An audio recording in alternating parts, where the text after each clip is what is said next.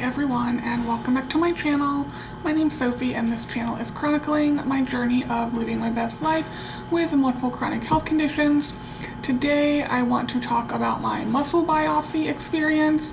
I do not have any results yet, so that's not what this video is. I was told results could take between 3 to 4 weeks, so I'm not going to have those for a little bit, but I can talk about the experience. So I had my appointment with the surgeon on April 6th, which was a Monday. It was very simple. I had to drive 2 hours to get there, which I was not happy about because they could not make it virtual. But it was a simple appointment, just they've done this before, there's a whole protocol, they know what they're doing. And when it came time to talk about when it could be scheduled, they were like, we could do it on Friday. I was not expecting this. I was expecting this to be months in the future, not the same week.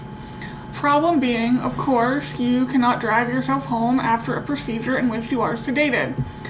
I told them it was going to be difficult finding someone to drive me home, that I wasn't sure I could get someone by then, but maybe I could by like the following week. They said that was fine.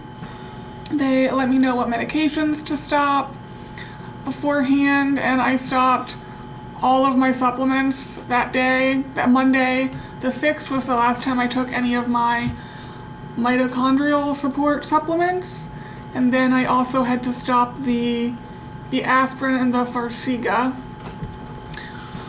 I started texting people, messaging them, and trying to figure out how I was going to make this happen.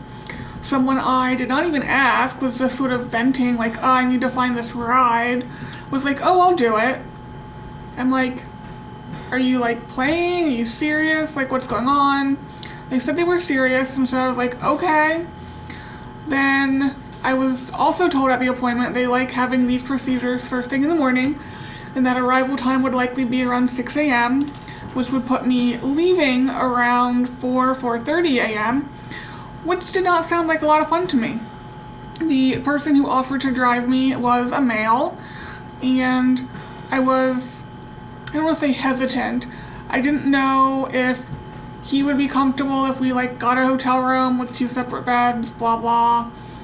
But the more the week went on, the more I was like, this just doesn't make sense to leave at 4 in the morning, let's just get a hotel room, and then we're a hop, skip, and a jump away from the hospital.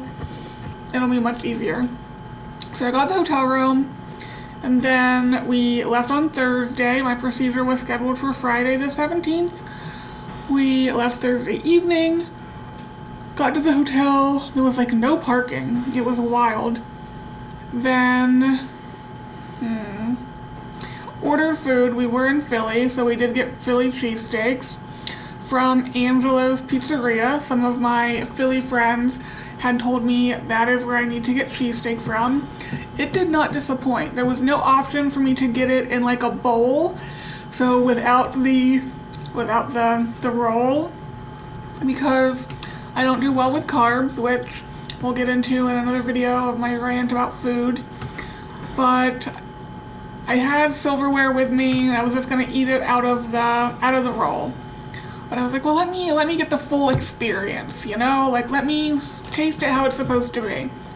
It was so good. I was also super hungry, but it was so good. Oh my goodness.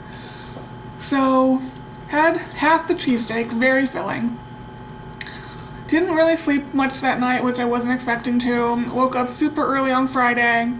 My arrival time actually wasn't until 8:45, which had I known that, I probably would not have stayed at the hotel, but it is what it is.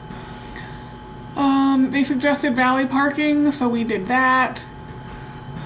Go back, they check all your meds, they put an IV in, you wait for a long time, you talk to anesthesiology and all this stuff.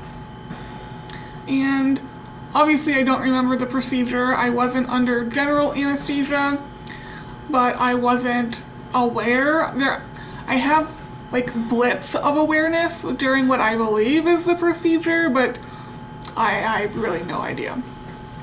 I wake up. They said everything went fine. They wrapped an ace bandage around my leg and take me to the recovery room where I am for, I don't know, at least like a half an hour.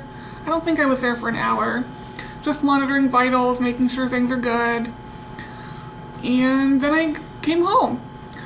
I was definitely limping that day and the next day on Saturday.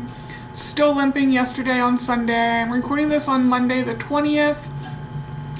And I normally limp more when I've been seated for a little while. And I've been sort of up and down today, so I don't know how much limping will go on. I'm sure I will find out here in a little bit. But I am trying to make sure I get up and walk pretty regularly because there was some back and forth between me and the surgeon and me and my PCP, like, hey, I have this very likely pathogenic variant for a clotting disorder. I was told my activity level for the antithrombin was not low enough to technically have the clotting disorder, but it is low. Like, how much of a clot risk am I? I also have elevated fibrinogen. Like, there's a lot going on, right?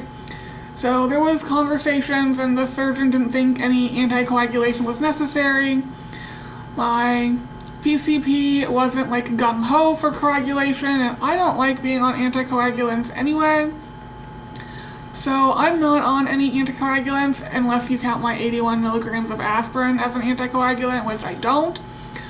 So just trying to make sure I get up and walk a lot during the day, even if it's just like back and forth here in the condo, because I don't want blood clots.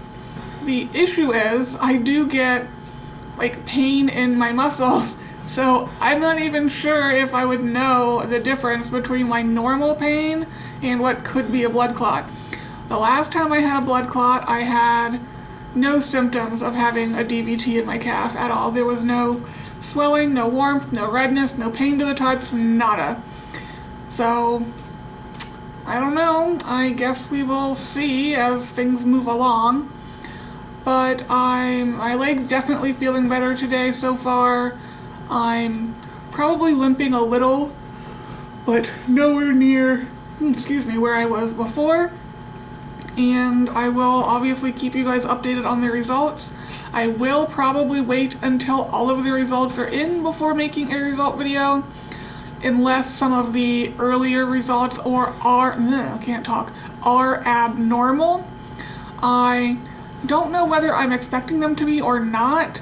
I did request that they do the electron microscopy, even though it is not in their protocol, because my cardiac biopsy had an abnormal electron microscopy already, and I feel like we would be missing something if we did not do it. I do not know if it is going to be done. Everyone, even the day of surgery, like, they were aware about electron microscopy, so hoping that means they will do it. But yeah, that is sort of my biopsy experience. Eventually I may do a video with sort of like the area, what it looked like, the healing, like all that stuff, but I actually work today here in a few minutes, so that's not going to be this video. I will work on getting pictures, but I want it to heal before I show you the process anyway. But right now it has, I think they said glue or dissolvable stitches and steri strips, and I've had it covered with, they had gauze. I have a non-absorbent dressing because gauze sticks if you're bleeding, which I was the first 2 days. I do not see any blood on the gauze on the Telfa at the moment, but that does not mean there's not blood under it. I will change the dressing later today after I take a shower. But that's gonna be it for this one. I will try to record some videos in a row because I really have some food venting I want to do after some event yesterday, which is really odd because it normally doesn't bother me as much as it currently is, but that is for the next video. Anyway, I hope you guys are having a good day whenever it is you are seeing this, and I will see you in the next one. Bye guys.